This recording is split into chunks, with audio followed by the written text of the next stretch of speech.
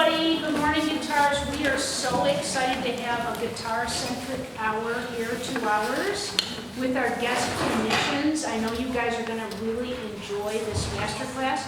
So for those of you that don't know what a masterclass is where we have a master teacher who we have here with us today who is going to give short lesson to some of your friends, and we can all learn from hearing what Nick says about the guitar and about teaching and about playing, and we all learn from master classes. So I want you to be really attentive and really listen to every word he says. Nick Hurt is a native of Austin. I met him when he was doing his master's degree here in music and human learning, and now he's a professor of guitar at Sul Ross University in Alpine. So we're so excited that he is here with one of his students, Nico Westerlink, back here, and they will be performing some pieces for us at 11 o'clock. So we're so happy. I want you guys to just read about all the wonderful things. I so rarely get to brag about students in public, but I'm really proud of them. And so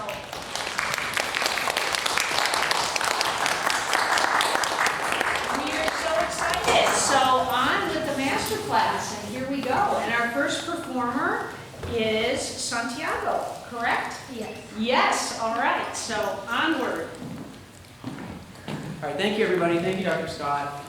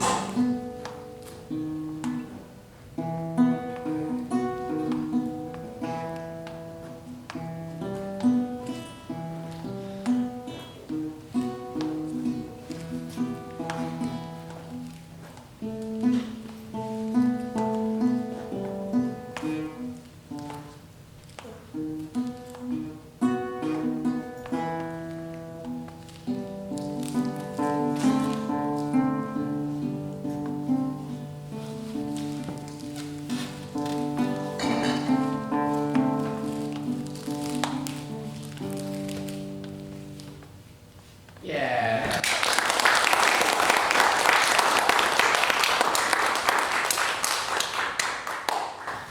Very nice. Very, very nice. Santiago, it's a pleasure to meet you. And thank you so much for playing. And it's a real pleasure to see a student like yourself, Santiago, who's had a good teacher to get you set up, because almost everything I see is just like right on the right path. Your right hand looks great. Your posture looks really good. So you've got really good teachers, which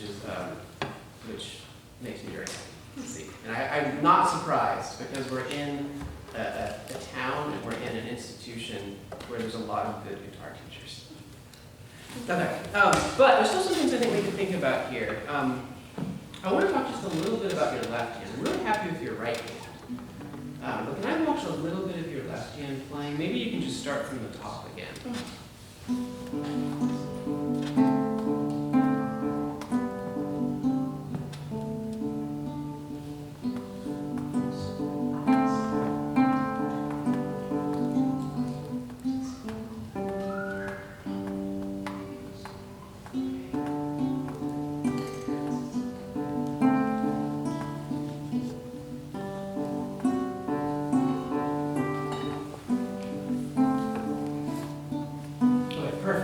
Good. I like that for the most part, but this is kind of guitar teacher cliche, and you may have heard this many, many times, but I'm seeing your left hand thumb peeking out a little bit. And you know, it's not always bad. Sometimes it's perfectly okay, but I think there's most of what you've been playing, I don't think there's any reason for that thumb to peek out. So, maybe with just that in mind, what can we do? Do you mind if I touch your hand? What if we just kind of open up your wrist just a little bit and keep the thumb in between, kind of, yeah, sort of right in the middle. What happens if you play like that?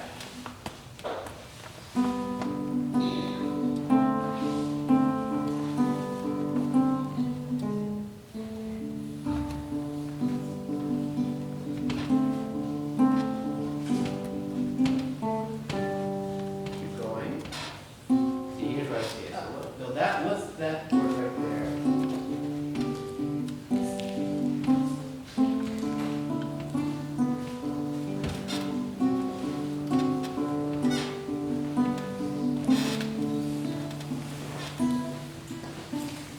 Okay, good. I'm gonna grab a pencil.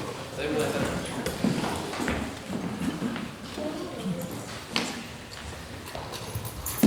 Oh, and Dr. Scott, if you're still here, how much time do we have for each student? Well, about 15. 15.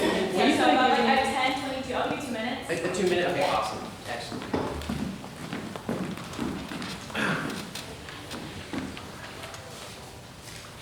So that left hand thumb kind of starts to peek out. Here we got this guy. This is also named Ray.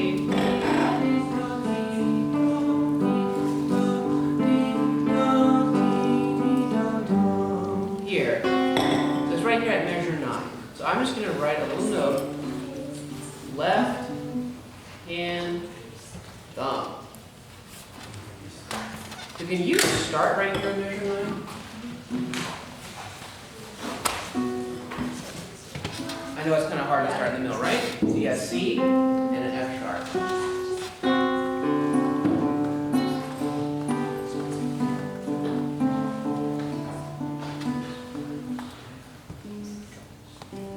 Good, let's stop right there. So when we're working on something new, or when we're working on something that we want to change, I always like to play as little music as possible. So maybe even less. We can even just play just those first 2 measures.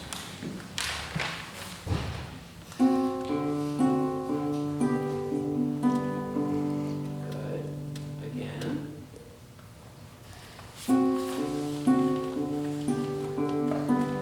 I like to see that open wrist you've got here with your thumb behind the neck. It's going to make your left hand just way more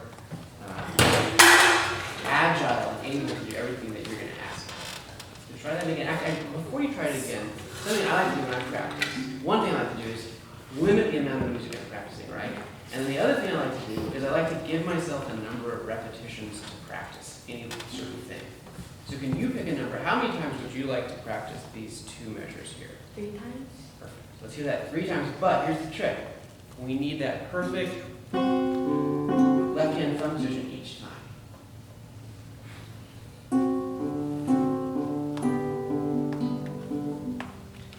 Pause a little bit.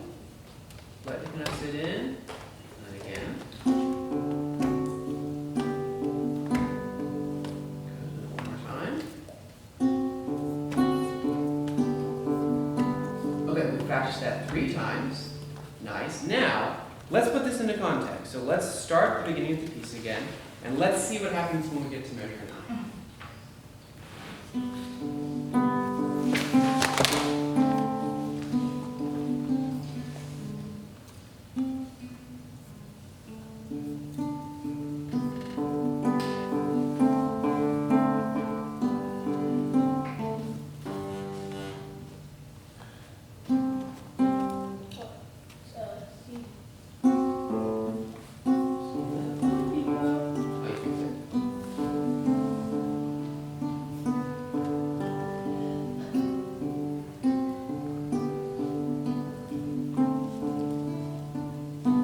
Okay, I did see it kind of sneaking up a little bit, but then I think you caught it and you put it back, so that's good. I'm going to highlight this section for you in your music, and I would practice this by itself. Just do this whole row? Yeah, Okay. not necessarily right now, but with your teacher and at home when you're practicing. So when you practice this piece, almost none of your practice time should be you playing from the very beginning to the very end. Maybe once a day. Okay. The vast majority of your practice, you should be zeroing in on a section that you have found, or that your teacher's highlighted, or that I've highlighted right now, and just practicing that. And doing exactly what you just did, where you pick a number of repetitions, like 3 or 5 or 7. Not really any more probably than 10. And then you just do those repetitions, and you'll be super focused in on that. And then, if you do that in a few different places, then you can put a full piece. Okay? So that's good. I wanted to hear this new, we've got a few minutes left. Can you try at 17, so here?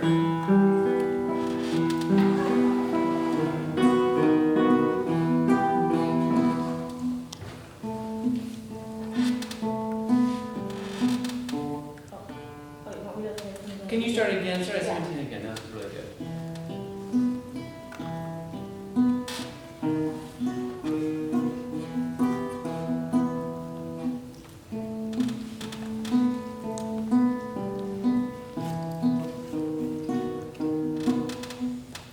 Okay, nice. Now, did you and your teacher work on this fingering to do I am like that, or are you doing P I M A? That to me works way better. I'm just going to circle this right hand fingering.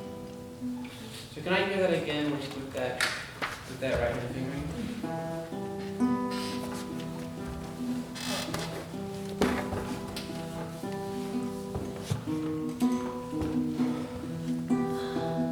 Okay, stop there. Good. So now the other thing I wanted to talk about besides your left hand was getting some sort of contrast from one section to the next.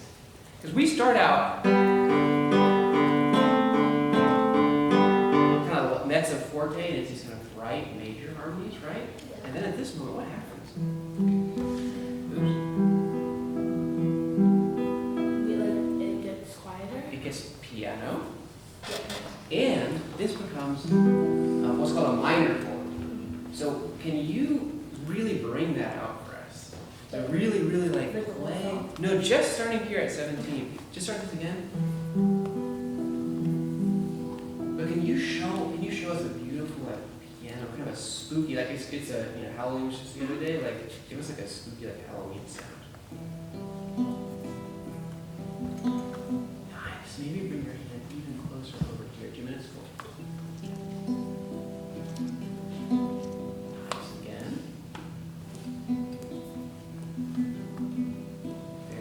Good. How many times should I practice? Just that, just these 2 measures. Usually maybe 3 times. Can you hear that 3 times? 1, 2,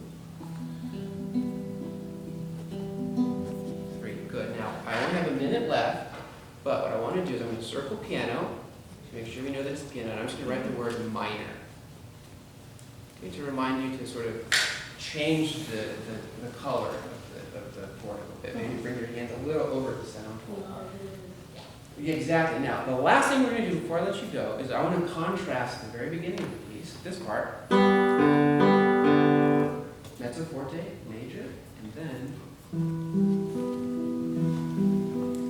So can you play that first measure, or the first 2 measures, and then can you teleport over and play me those 2 measures? Good. That's all I want. Yum bum, yum bum. Good. Now. One more time. Yum bum, yum bum. Just down with your hand over. No rush. Take all the time you need. With your hand over.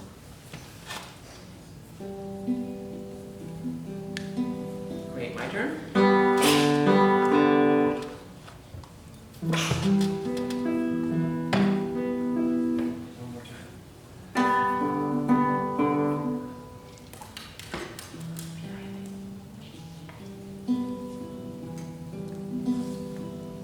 Very good job. High five. Nice to meet you. Good work.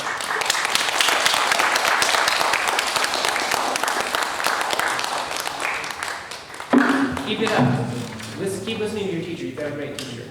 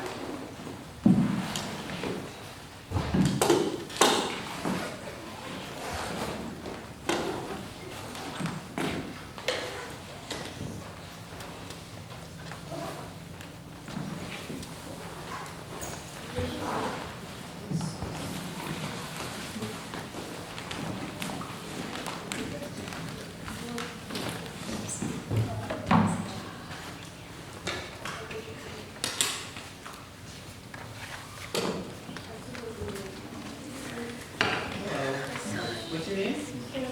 Caroline. My name is Steve. What are you playing today? You into music? You got it memorized. Okay, then I'm going to get this out of the way so the audience can see.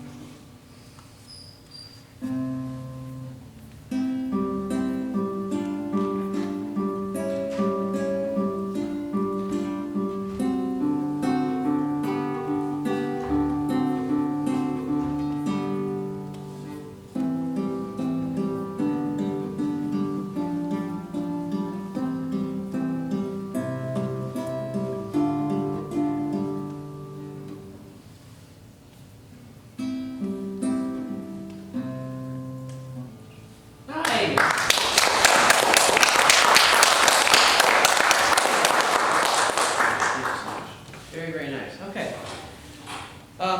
Great. I'd like to start with looking at your right hand. So, can you play maybe just the beginning of this piece again?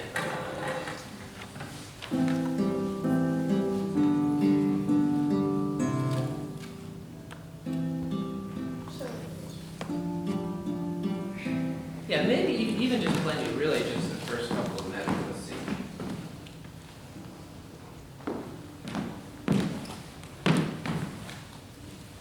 Maybe just,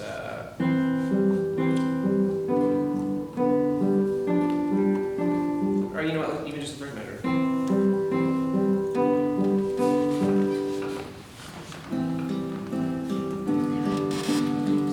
Good.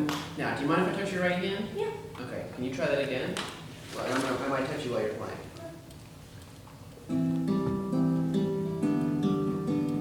Okay, pause. All right, do you see this? Yes. What is going on here? My It's kind of rolling a little bit. Has your teacher ever talked to you about this? I don't think so. Okay, so that's okay. So what I'm seeing is a little bit of tension in that pinky. And what we want is we want our hands to be as relaxed as possible. And the more you practice with tension in your pinky or tension in your hand, guess what? You're practicing all the good things, all the beautiful notes you're playing, the beautiful sounds you're making, the great left hand you have, your great posture. You're practicing all that good stuff, but you're also practicing tension in the right hand, tension in the pinky. And so let's see if we can completely get rid of that. All right, so what I want to do is let's try this. Can you flip your guitar over so it's just sitting on your lap like this? Now, with your right hand, sit on kind of put it on like a tabletop, like you're gonna play guitar on a table. Yeah. Yeah, like kind of like that. Good. Now, what I'd like you to do is keep your thumb down, but just bring all your fingers in. Perfect. Thumbs back, fingers back down, and bring all your fingers in. Yeah, and I'm resting only I, M, and A on the tabletop. My pinky's just kind of hovering, but it's very relaxed. It's not tense. Great. And then back down. Perfect. So you're moving, your hand is moving perfectly. You're using this knuckle joint. That's great. Great. And then back down. And then back down. And then back down. Very good. So I want you to, this might seem like a silly thing to practice, but I want you to actually practice this during your practice time. Practice just moving your fingers with all your fingers being perfectly relaxed. So we're not worrying about music, we're not worrying about the guitar, we're just moving our fingers in the way that we move our fingers when we do play the guitar. It's the same kind of movement, but we're not worried about anything else. And the only thing we're focused on is moving from our knuckle joint and making sure all the fingers are super relaxed, especially the pinky. Because that right now is your culprit. And I'll tell you what, it's not uncommon. Lots of people deal with a little bit of tension in their pinky. I would say almost every single one of my students deals with it at some point. But you're catching it early, which is awesome, which means you're going to have like an incredible right hand really quickly. Now, let me hear that again, or see it again. There's nothing really to hear. Good. Great. Okay, now, this might be kind of funny, but can you play that arpeggio on this tabletop? What that looks like is PM, I, PM, I, PM, I, PM, I. Good. Move your thumb, move P with M.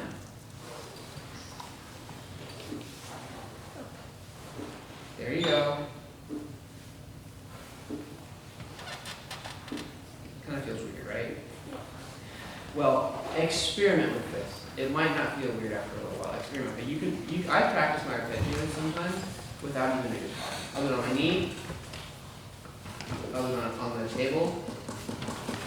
And I think it's really helpful to kind of get away from the instrumentation. But because that's a little weird for you, that's okay. Once you get your guitar back in playing position, and let me just hear without,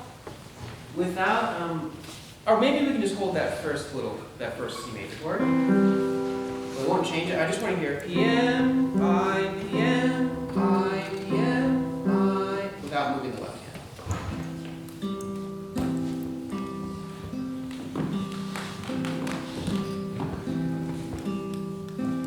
Pause. What I'd like you to do now is play me just M finger. Good.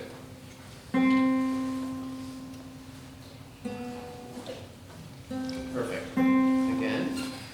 Now, focus on this knuckle and bring it into your palm like you're making that fist you were doing earlier on the tabletop guitar. Perfect. Try that again. Nice and slow. When you move, I want you to move fast, but from one repetition to the next, be nice and slow.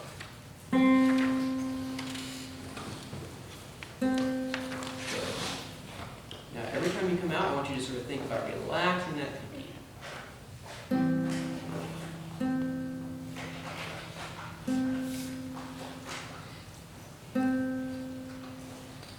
Focus on this joint right here. Good. Bring it in even more like a fist. Yeah. Okay, you check your pinky. Nice, a little bit of tension. Try again. That's very good.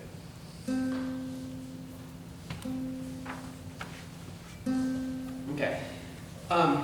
I want you to play similar to what we did in the previous lesson. I want you to pick a number of times that you're going to play on the finger. So how many times do you want to play that finger? 5 times. Okay. Each time, I want you to think, relax. So play it, and then think, relax. And I want to watch your hand relax. 1, 2,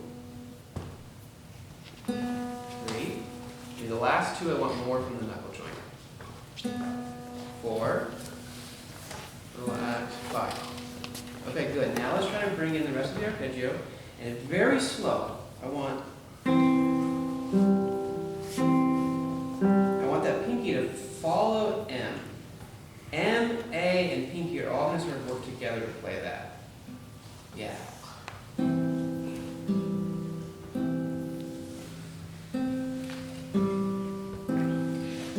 Okay, pause. Now let's do this game. You're just going to play that first measure. Then you're going to pause, and you're going to do the exact thing you just said. You're going to relax that right hand. And you're going to try it again. How many times do you want to do that? We'll just do it twice. Pause. Again. Good. I'm gonna add 2 more.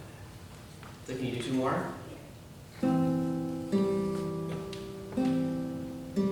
Good. Pause. Relax.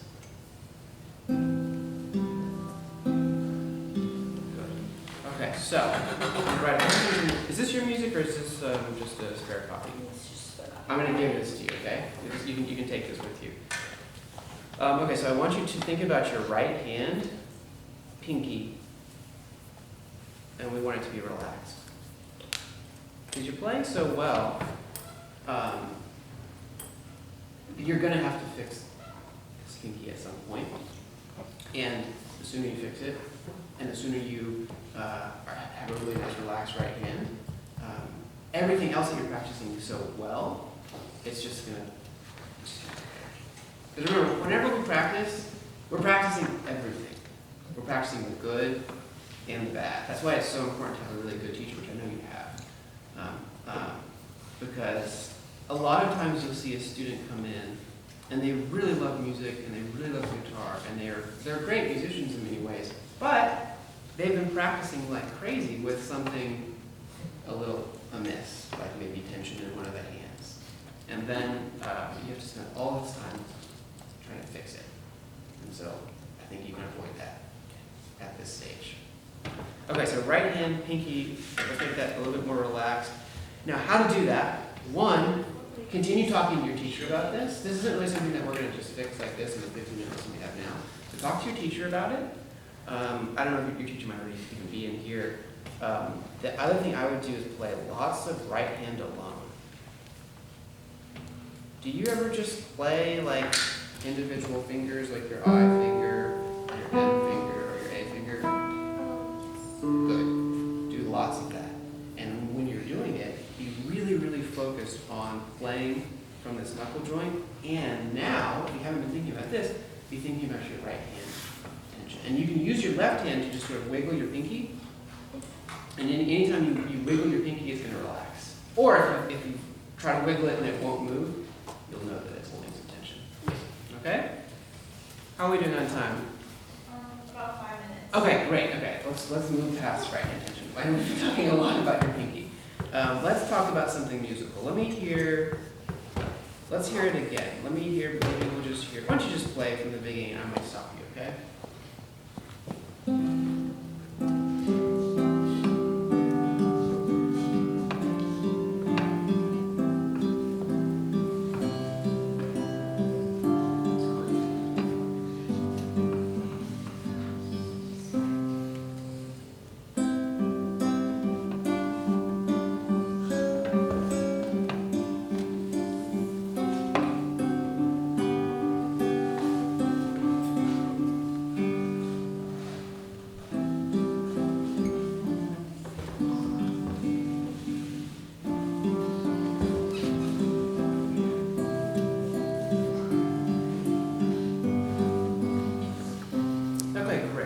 Yeah, it's so beautiful. Can you start here, measure 5?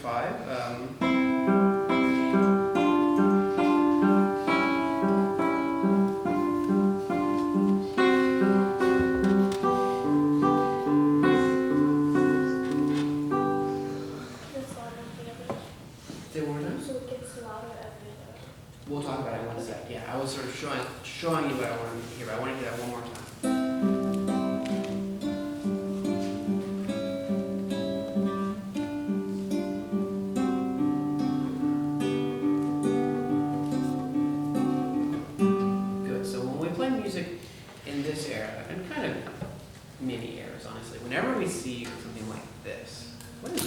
What's that? Oh. A sharp. Whenever we see a sharp, sometimes we call them accidentals. We have to sort of think, okay, something's happening here. Because the composer is taking us out of the key a little bit, right? Because we have the key signature, there's no sharps or flats, but now they're telling us to do something. The composer is telling us to do something. And a lot of times, we need to pay special attention to that. And what I think what would make this sound really cool is playing these notes where we've got the sharps a little louder. Pushing those a little bit, and then we resolve into the next note. So I'll show you what I mean. So we go, nope.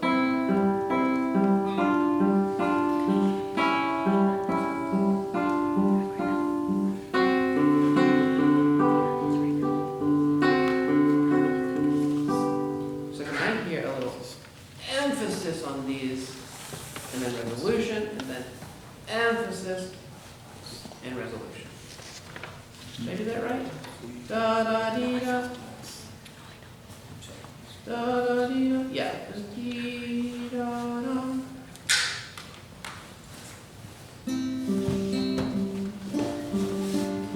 Dee da. Dee da.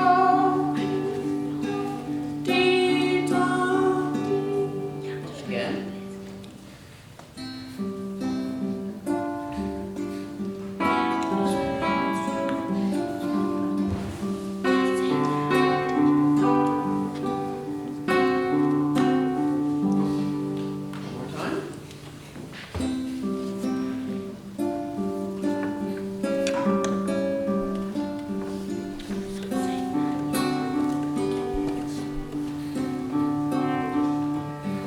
Very good. One thing we can do when we're trying to emphasize this, because the guitar does many things really well. One thing that it doesn't do super well, unfortunately, is volume. It's not that very loud of an instrument. So sometimes to really emphasize something, instead of making one part louder, we make another part softer. So maybe, I love what you were doing making this part louder. Don't stop that. But now maybe can you play these notes softer? We want soft, soft, soft, soft, loud, loud, soft, soft, loud, loud, soft, soft, loud, loud, soft.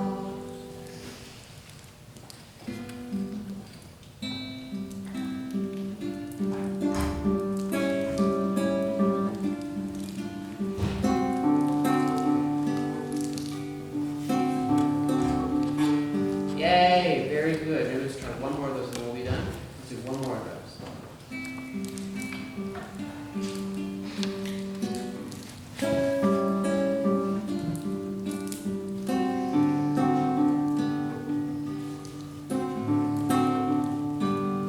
Very nice work. High five. You're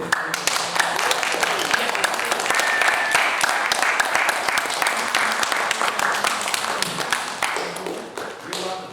Keep practicing. You're doing great.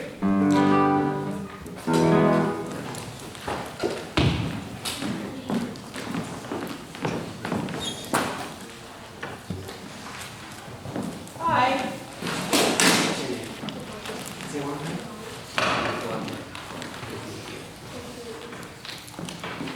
What are you doing today? Okay, cool. Do you need the music? You want your music?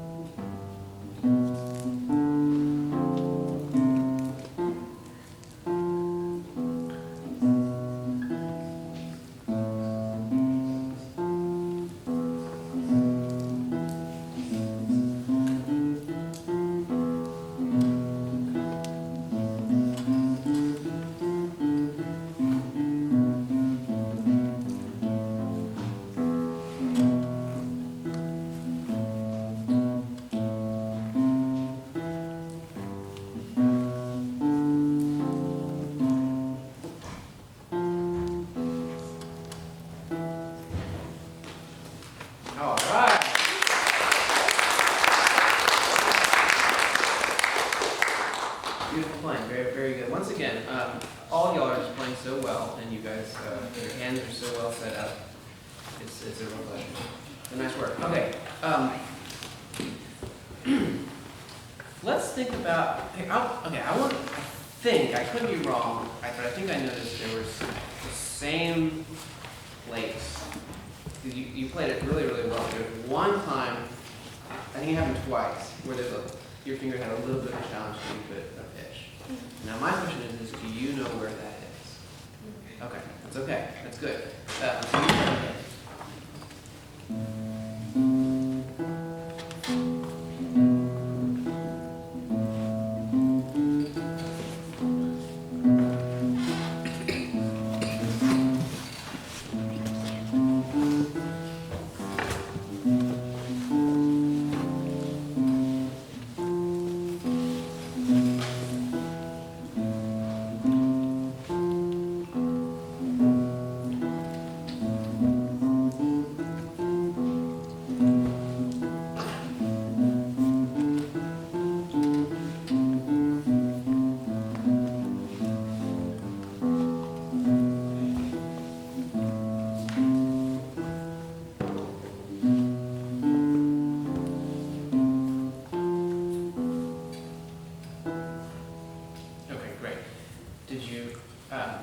I saw the same place this time. Did you pick up on it this time?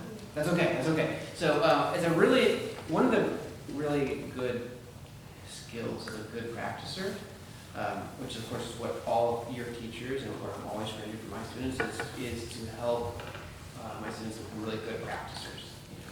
And one of the things that I really like to do for myself and to try to learn with students is having an awareness of parts that are a bit of an issue for us, because it never goes away.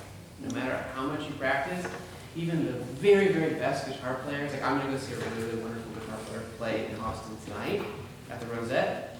He's won all these wonderful competitions. He is an incredible musician, but what I'm almost positive he'd agree with me, is that he can point out in his scores, okay, that part's hard, that part's hard, that part's hard. We kind of know what is going to be a little bit challenging. And there was one moment that I've seen on your score that I think is a little challenging, is when you play this F. So, we don't really care. If anything, it's a good thing to find these moments that are challenging and to find these moments that are hard. It's not like a bad thing. If anything, it's a good thing. I think it's here. I heard it here. And I heard it here.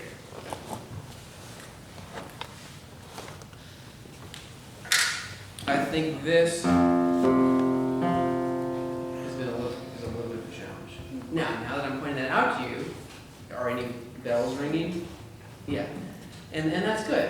So, make sure that as you are continuing to learn, and we'll focus on these measures today, you start to develop, like, I'm going to perform for you guys in a few minutes, and believe me, there's several places where I'm like, okay, everything else is great except for that, and we'll see how it goes in the few minutes that I'm playing. But I'm very aware of these moments where I need work, and then so when I'm practicing, I'm not just starting at the very beginning playing the gradient. Starting at the very beginning, playing the gradient.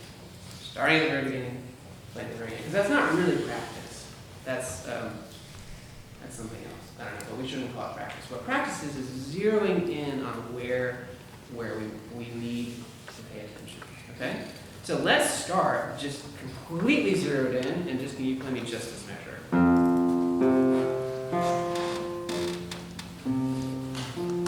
Very nice.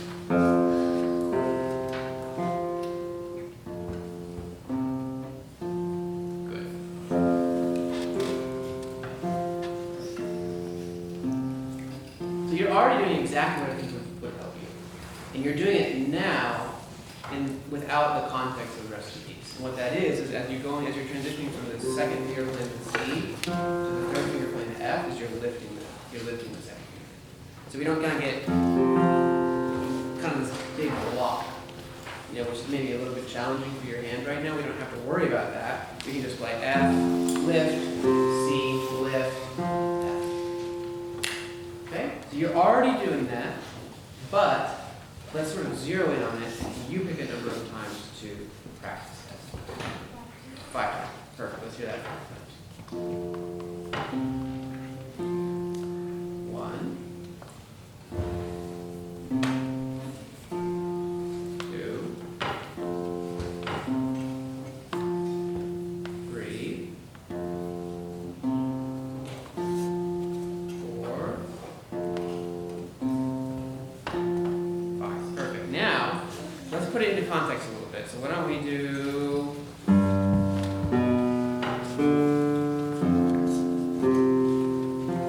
the measure preceding it.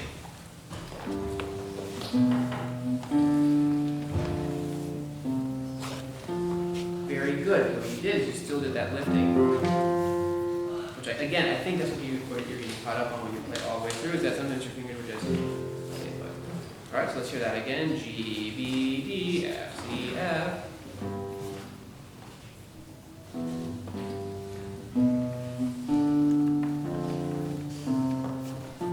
Very good. Now, let's add a little bit more.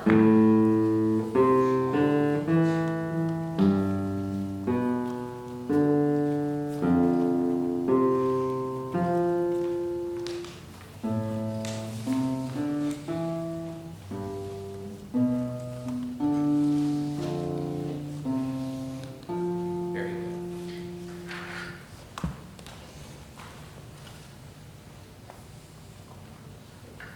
Just a little bit more.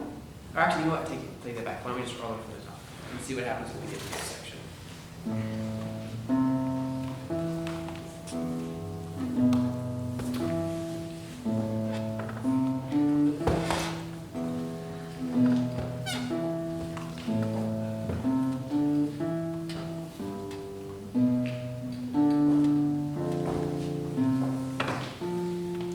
Very good.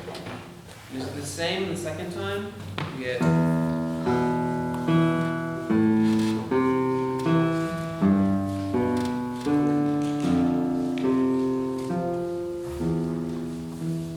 it's pretty similar, but let's start. Can we start with that low E and then you can play all the way through the end of the piece? Low E, okay.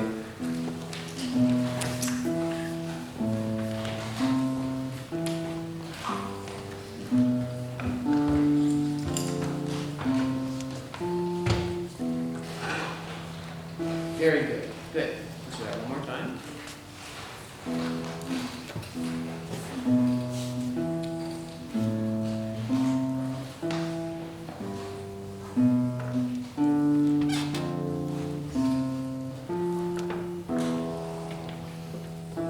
Nice.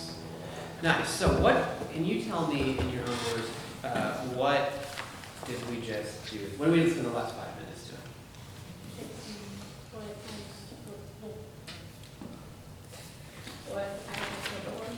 Yeah, good. That's the first part, right? Zeroing in, where's the trouble?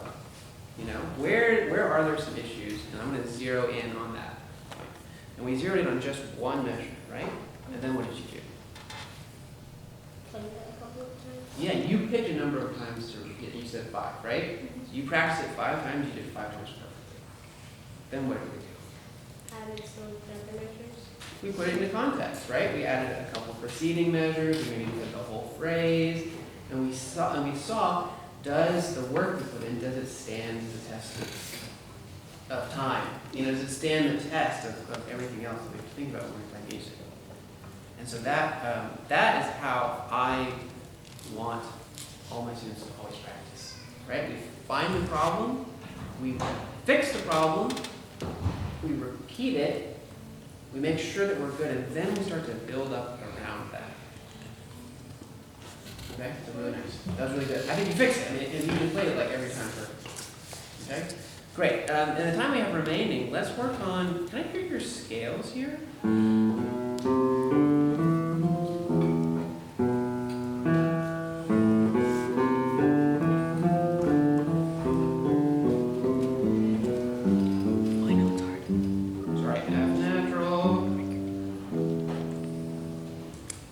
You don't need to play that, whatever tempo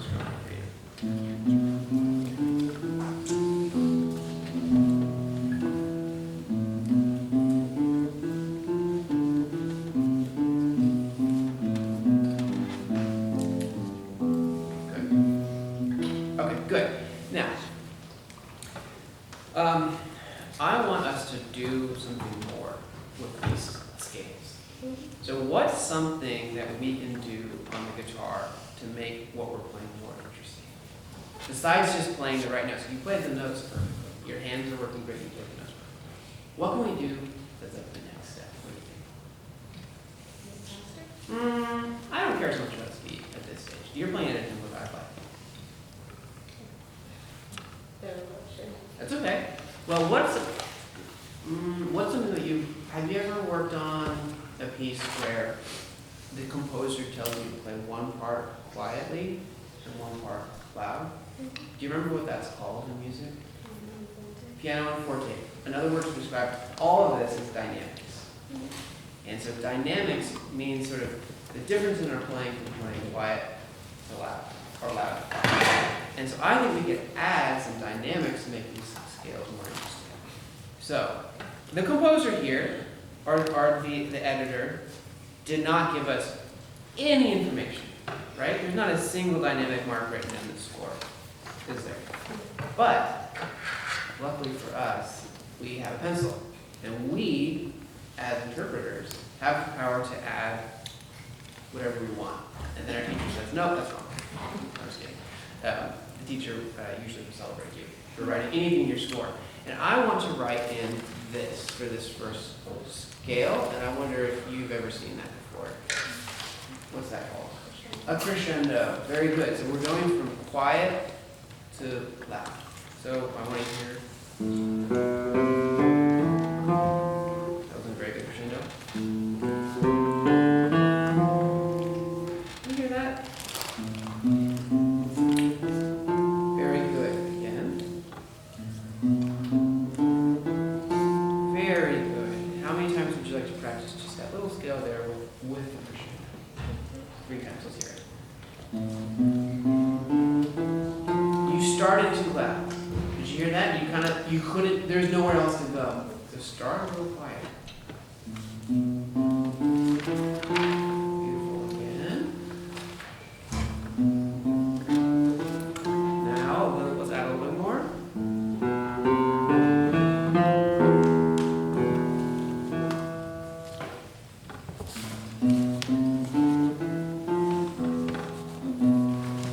Yeah, I like keeping this forte. Nice and forte. When we're crescendoing to forte. And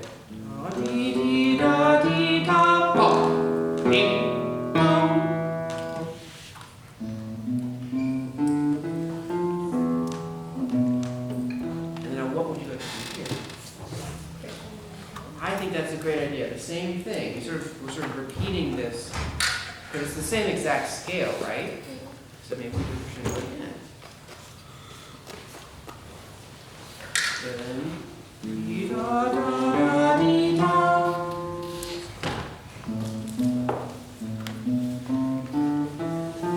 good again, start a little softer, so you got some place to go. Nice. Now we've got this interesting part.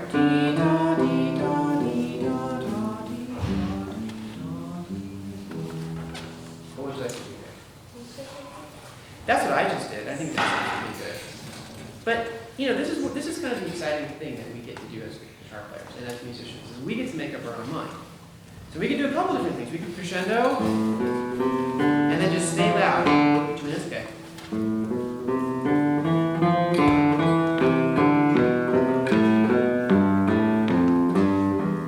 Or we can do a decrescendo.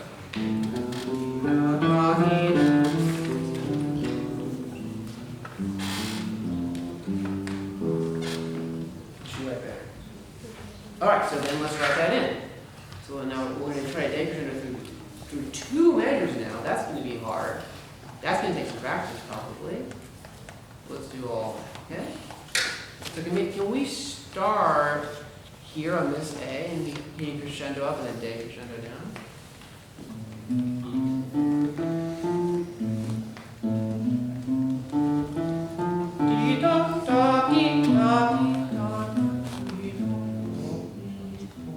Good, and you did another thing here after that was really good, which is kind of slow it down a little bit. You know what that's called?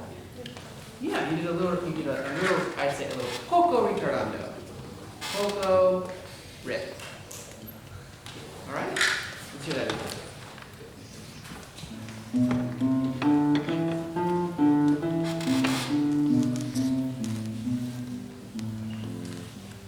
Wow. Do you hear the difference in that?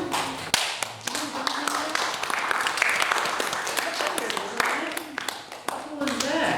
Let's hear that. Can I hear this whole phrase? I went da dee da da da da forte. Dee da dee da da dee da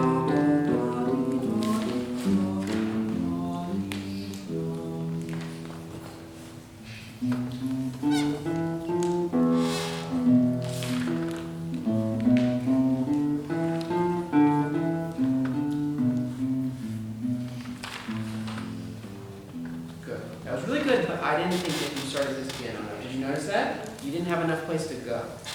So why don't you try it again? I'm going to sing with you this time. Okay,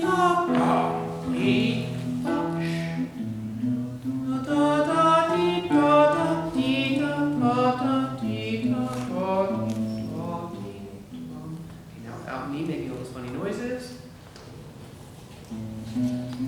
Start again, start again. I want this even softer.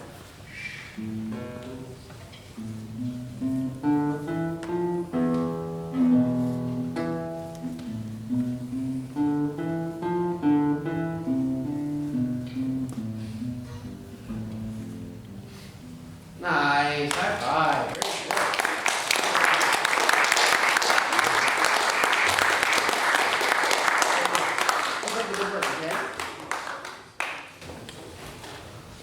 Very good. Okay, we're going to take a little break, Oh, cool. about 15-minute break, and then guitars, everyone come back in for the recital, okay?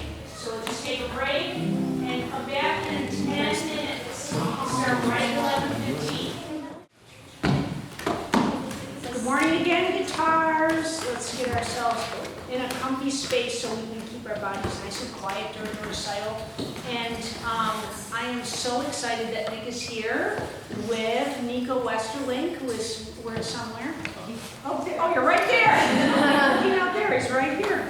To play for us this morning, and I'm going to let them announce their pieces from the stage. I want to thank our guitar faculty. Wave your hands, guitar faculty, for preparing the students. Thank you so much for that.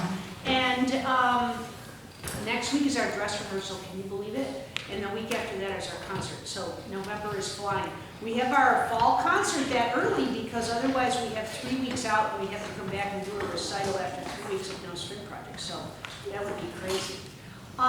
If you notice on here, Nick has had a very eclectic journey through guitar and through music and through multimedia, and he's like a Renaissance guy, right? So I want you to think about, after they play today, we're going to have time for some questions, and so you might see some things. And parents, if you want to ask questions about just pathways for guitars, where do you go from teaching and performing and recording and those kinds of things, and the opportunities that our students would have through learning to be great guitar artists. These two gentlemen will have lots that they can share. So without further ado, let's welcome Nick in.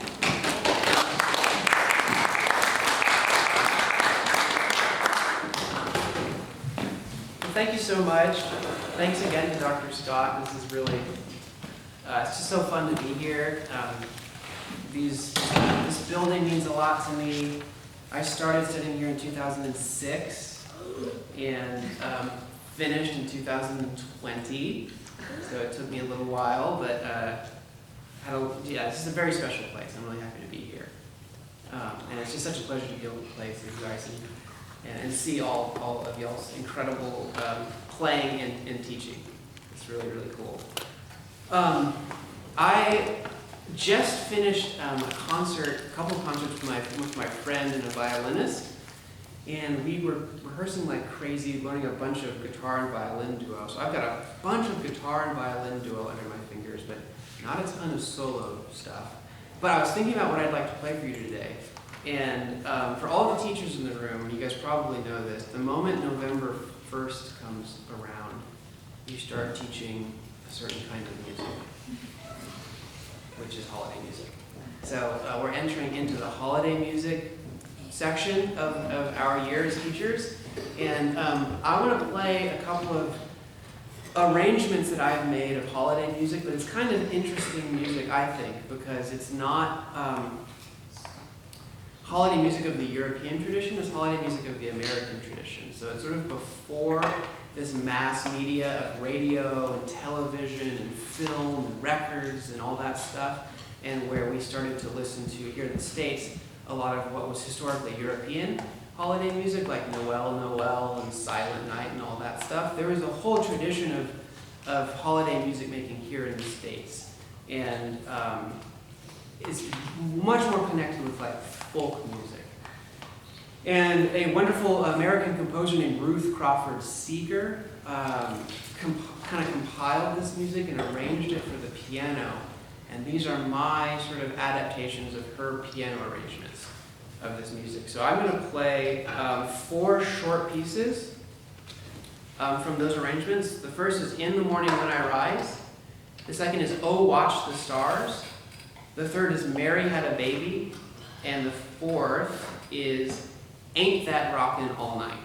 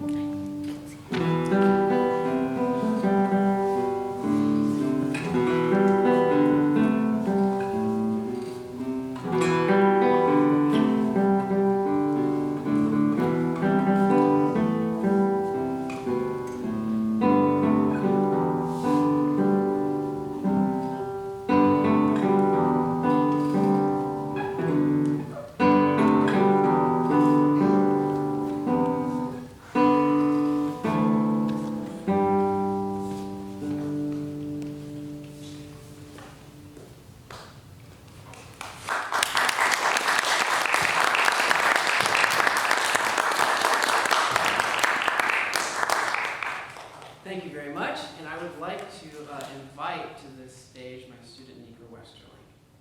Come on up.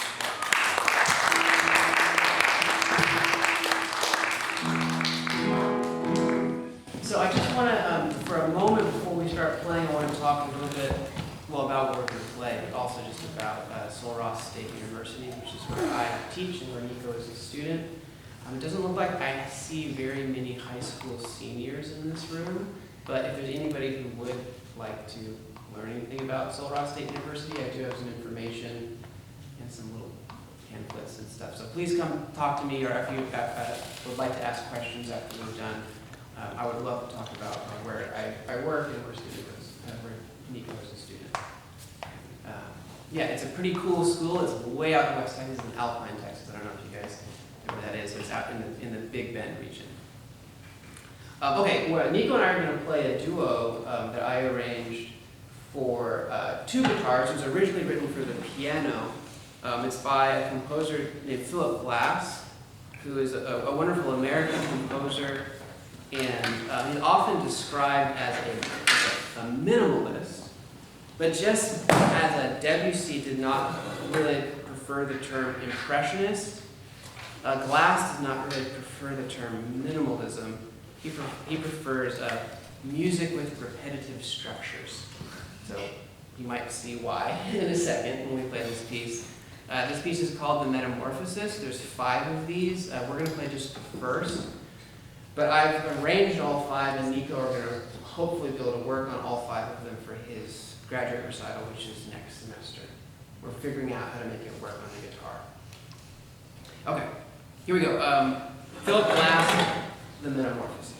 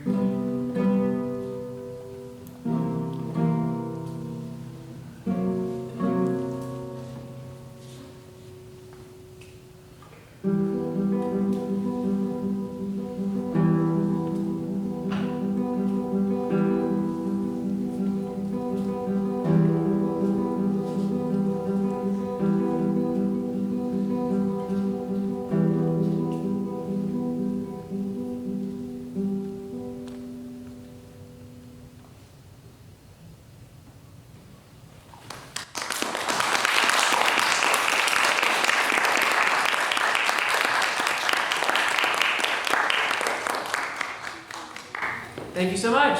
Thank you so much, everybody.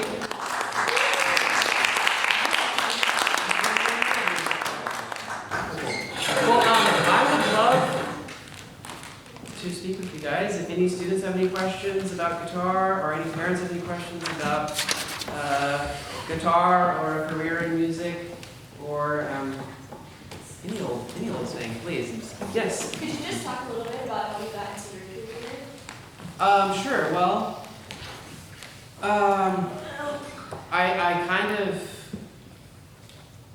I just got lucky in many different places in my life. But I grew up in Austin, so I grew up playing Stratocaster and rock and roll bands. When I was like 10 years old, I was like gigging around Austin. And so I was really into like blues and rock and roll, and I was going to like a math and science magnet for high school, and like the logical thing to do would be to go to college or something like that, but I was really interested in music, and I talked to my mother about it, and she was like, well, you know there's a great guitar program at UT Austin, and I didn't know that. And I didn't really even know really what classical guitar was. This is like me as a junior in high school. And of course, the professor here, Professor Adam Holtzman, is one of the most important guitar pedagogues in the whole world, much less in this country. And so I just kind of stumbled into his studio. I mean, I worked really hard. I had some really wonderful teachers, Dr. Kim Perlock and Dr. Klondike Stedman, who were both students of Professor Holtzman's. Kind of got me ready for about a year, and then I got into Professor Holtzman's studio in 2006. So that sort of began my career with the classical guitar. But then I was also in a rock and roll. I still was in a rock and roll band, and my rock and roll band got signed. And I said, okay, cool, I'm about to go be a rock star. I'm like done practicing scales. And so I left, and I did that for about 7 years. And we toured, we made records, we played at ACL, and did a whole bunch of South by Southwests, and just did the Austin rock and roll band thing. And then that kind of ended, and I was actually I was living in Los Angeles, doing music industry, because I was closer to the music industry. That ended, and I came back to UT to finish my undergraduate, and I got right into my master's with Dr. Scott and Dr. Duke here for music and human learning, and continued to take lessons with Adam Holtzman and Jalil Rafiq Kaya, who was the TA at the time.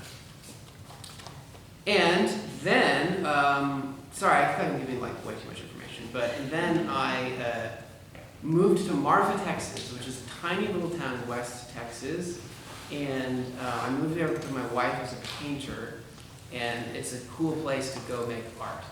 So I was there working in a restaurant, teaching. I met Nico. Nico was getting his undergraduate at Sul Ross State University, which is the next town over in Alpine where I work.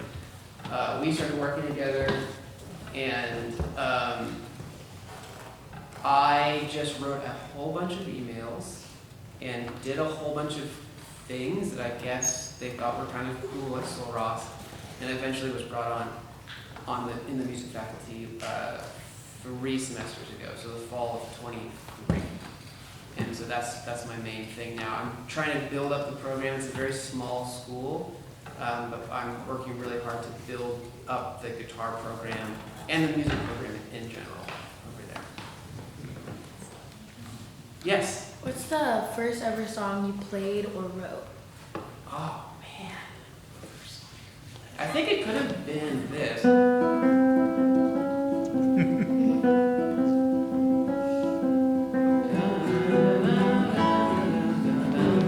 A Secret Agent Man. That might be the very first song I ever learned that I ever wrote. I wrote a song about my little sister, whose name is Elaine, and the song goes like this. Her name is Elaine, she drives me insane. And then there's more. Oh. Thank you, that's a good question.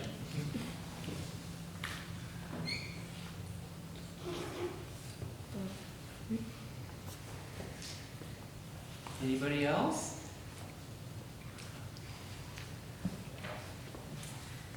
Well, I just want to say again, and if you have a question,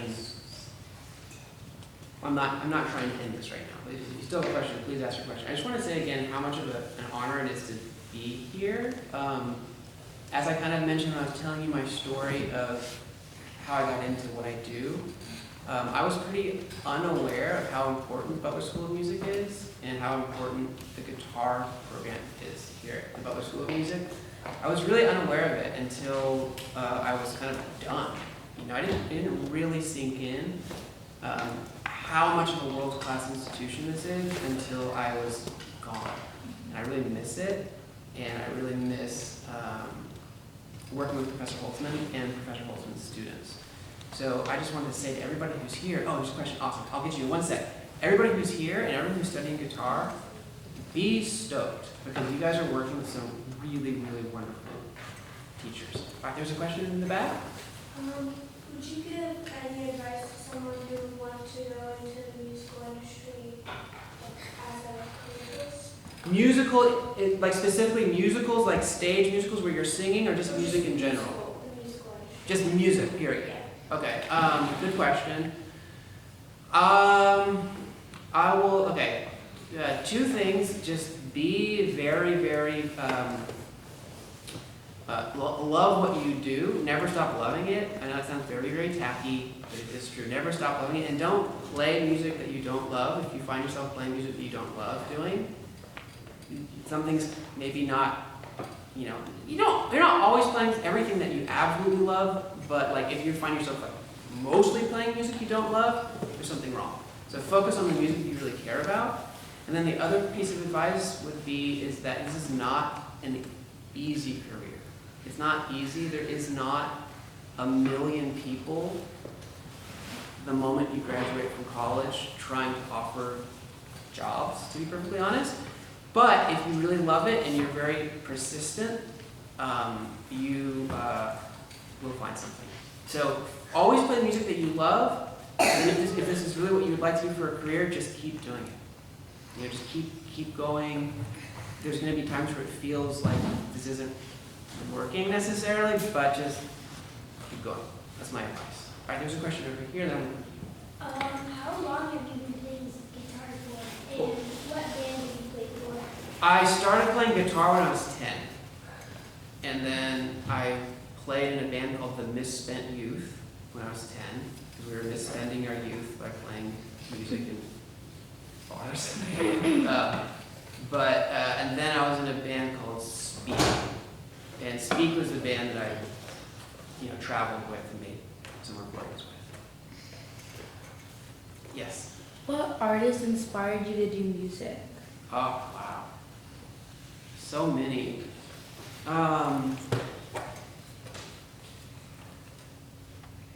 Probably the beginning for me was like the Beatles, music my parents were listening to, like the Beatles. And my grandparents were really, really into classical guitar. They were really into it, and they had Andres Segovia albums, Julian Bream albums, like the real deal, like the actual vinyl albums. And so I grew up listening to those. And for a long time, I was just the music my grandparents listened to. But then I did find them very, very inspiring too. Yeah, good question. Yes? Is guitar the only instrument you've ever played, or have you ever played any other ones? Good question. My first instrument was the piano. I started that when I was 6. And I don't really play it enough anymore. But I played the piano, and then I switched to the guitar when I was 10. And then I also sing a little bit.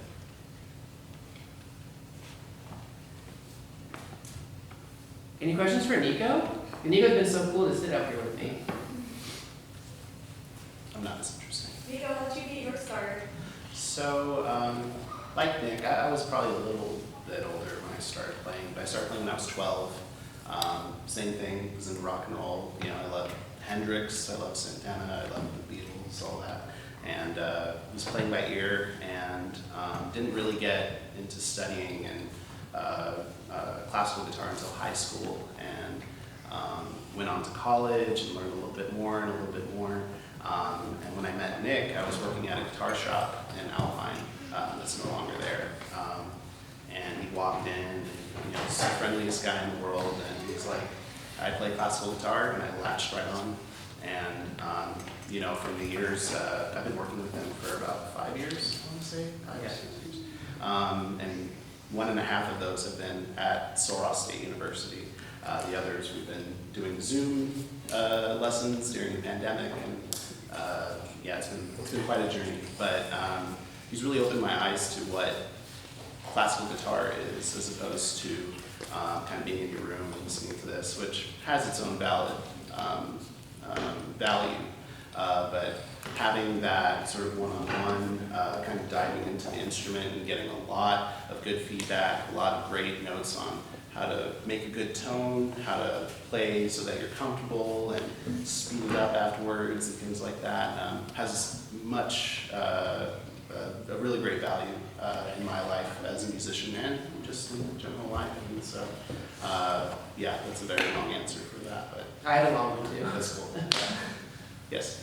What's a favorite song that you wrote or you got inspired by another artist? Sure. Oh man. Well, when I was a youngster, up until probably early college, I wrote a lot of music. There was all kinds of stuff that I wrote, and I listened to as much music as I could. So if I listened to it, I tried to write a song for that specific genre. One that I wrote that I really like, I wrote a song for my then girlfriend, now wife, that I met in college. It was a song called Far Away that I'm really proud of.